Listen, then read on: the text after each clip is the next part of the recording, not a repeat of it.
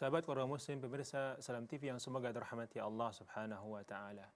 Kemudian apabila Allah Subhanahu wa taala telah mencintai seorang hamba, maka Allah Subhanahu wa taala memerintahkan Jibril alaihi salam untuk memberitahukan kepada penduduk langit, yaitu para malaikat Allah Subhanahu wa taala, bahwasanya Allah Subhanahu wa taala mencintai hamba tersebut.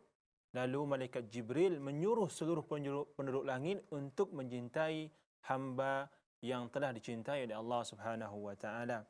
Sebagaimana dalam hadis Rasulullah sallallahu alaihi wasallam, "Idza ahabba Allahu 'abdan, nada Jibril, innallaha yuhibbu fulanan." Apabila Allah Subhanahu wa taala telah mencintai seorang hamba, maka Allah menyuruh kepada Jibril, "Wahai Jibril, sesungguhnya Allah Subhanahu wa taala mencintai si fulan, maka cintailah dia." Lalu Jibril mencintai hamba tersebut.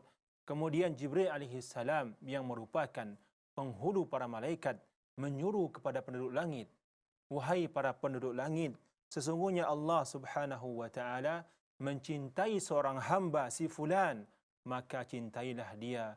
Lalu para penduduk langit mencintai hamba tersebut. Kemudian Allah Subhanahu wa taala menetapkan untuk hamba tersebut bahawa dia diterima dan dicintai oleh hamba-hamba Allah yang lainnya. Realita yang kita saksikan di sekitar kita, kita lihat para ulama, orang-orang saleh yang merupakan orang-orang yang dicintai oleh Allah Subhanahu wa taala. Kita melihat manusia memuliakannya, manusia menghormatinya, manusia menerimanya, umat seluruhnya menghargai dan mencintai orang-orang tersebut karena Allah Subhanahu wa taala mencintai mereka.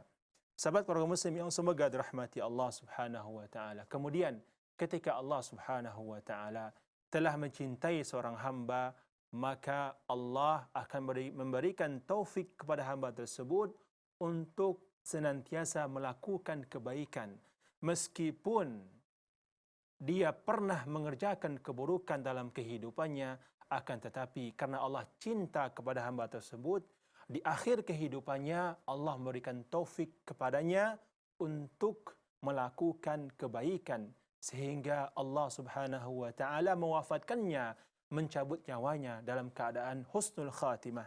Sebagaimana sabda Rasulullah sallallahu alaihi wasallam, "Idza aradallahu azza wa jalla bi'abdin khairan asalahu."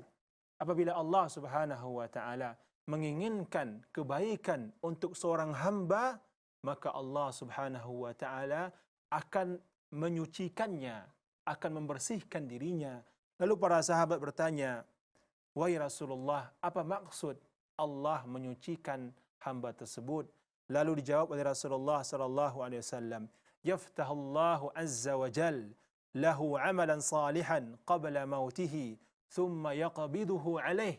Artinya adalah sebelum dia meninggal, Allah memberikan kesempatan, Allah memberikan taufik kepada hamba tersebut untuk melakukan amal saleh, untuk melakukan ketaatan, sehingga Allah Subhanahu wa taala mewafatkan dia dalam ketaatan, dan dia mati dalam keadaan husnul khatimah, mati beriman dan melakukan ketaatan kepada Allah Subhanahu wa taala.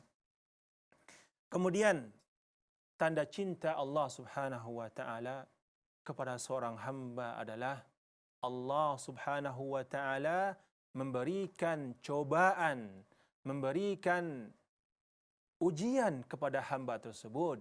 Karena sabda Rasulullah sallallahu alaihi wasallam, beliau mengatakan, "Innallaha idza ahabba qauman ibtalahum." Apabila Allah Subhanahu wa taala telah mencintai sebuah kaum, maka Allah akan menguji mereka. Tujuan dari ujian yang diberikan oleh Allah Subhanahu wa taala bukan untuk menyusahkan mereka, bukan untuk menjadikan mereka menderita, akan tetapi tujuan ujian tersebut agar mereka semakin tinggi derajatnya di sisi Allah Subhanahu wa taala. Ketika mereka bersabar, ketika mereka mengharapkan pasrah kepada Allah Subhanahu wa taala, mengharapkan pahala dari Allah Subhanahu wa taala, sehingga ujian tersebut merupakan kebaikan bagi seorang hamba yang beriman kepada Allah Subhanahu wa taala. Karena seseorang yang mengaku beriman kepada Allah Subhanahu wa taala, dia pasti akan diuji. Sebagaimana firman Allah Subhanahu wa taala, ahasiban nas ay yaqulu amanna wa hum la yuftanun. Apakah manusia mengira dia mengatakan dirinya beriman lalu mereka tidak diuji oleh Allah Subhanahu wa taala? Para nabi, para rasul, merekalah manusia-manusia yang paling berat ujiannya, karena merekalah manusia-manusia yang dicintai oleh Allah Subhanahu wa taala. Sebagaimana sabda Rasulullah sallallahu alaihi wasallam, inna min asyaddin inna min asyaddin nas bala'an al-anbiya. Sesungguhnya manusia yang paling berat ujiannya adalah para nabi. Thumma alladhina yalunahum, thumma alladhina yalunahum, thumma alladhina yalunahum. Kemudian orang-orang yang datang setelah mereka dan yang semisal dengan mereka, kemudian orang-orang yang lebih rendah dari mereka. Semakin kuat keimanan seseorang, maka akan semakin berat ujian yang diberikan oleh Allah Subhanahu wa taala, dan semakin lemah keimanan seseorang, maka ujian yang diberikan Allah juga tidak besar, tidak sesuai dengan kemampuan hamba tersebut.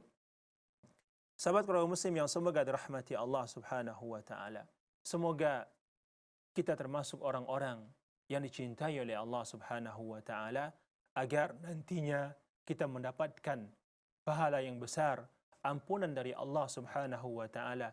Sebagaimana firman Allah Subhanahu wa taala, "Qul in kuntum tuhibbunallaha fattabi'uni yuhibbukumullah wa yaghfir lakum dzunubakum wallahu ghafurur rahim."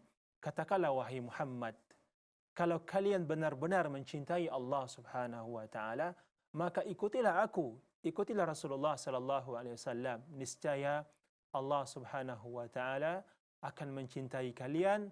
Lalu apa yang akan mereka peroleh? Orang-orang yang dicintai oleh Allah Subhanahu wa taala, mereka akan mendapatkan ampunan Allah Subhanahu wa taala, dan mereka akan dimasukkan ke surga Allah Subhanahu wa taala, karena ampunan selalu beriringan dengan pahala yang besar.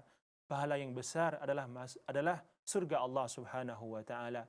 Sebagaimana firman Allah Subhanahu wa taala, innal ladzina yakhshawna rabbahum bil ghaib lahum maghfiratu wa ajrun kabir. Sesungguhnya orang-orang yang takut kepada Allah Subhanahu wa taala meskipun manusia tidak melihatnya, maka baginya ampunan Allah Subhanahu wa taala, dan kemudian dia mendapatkan pahala yang besar. Artinya dia akan memasuki surga Allah Subhanahu wa taala.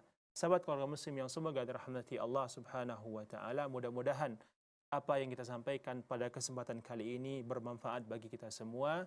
Terlebih terkurang saya mohon maaf. Subhanaka Allahumma wa bihamdik, asyhadu an la ilaha illa anta astaghfiruka wa atubu ilaik. Assalamualaikum warahmatullahi wabarakatuh.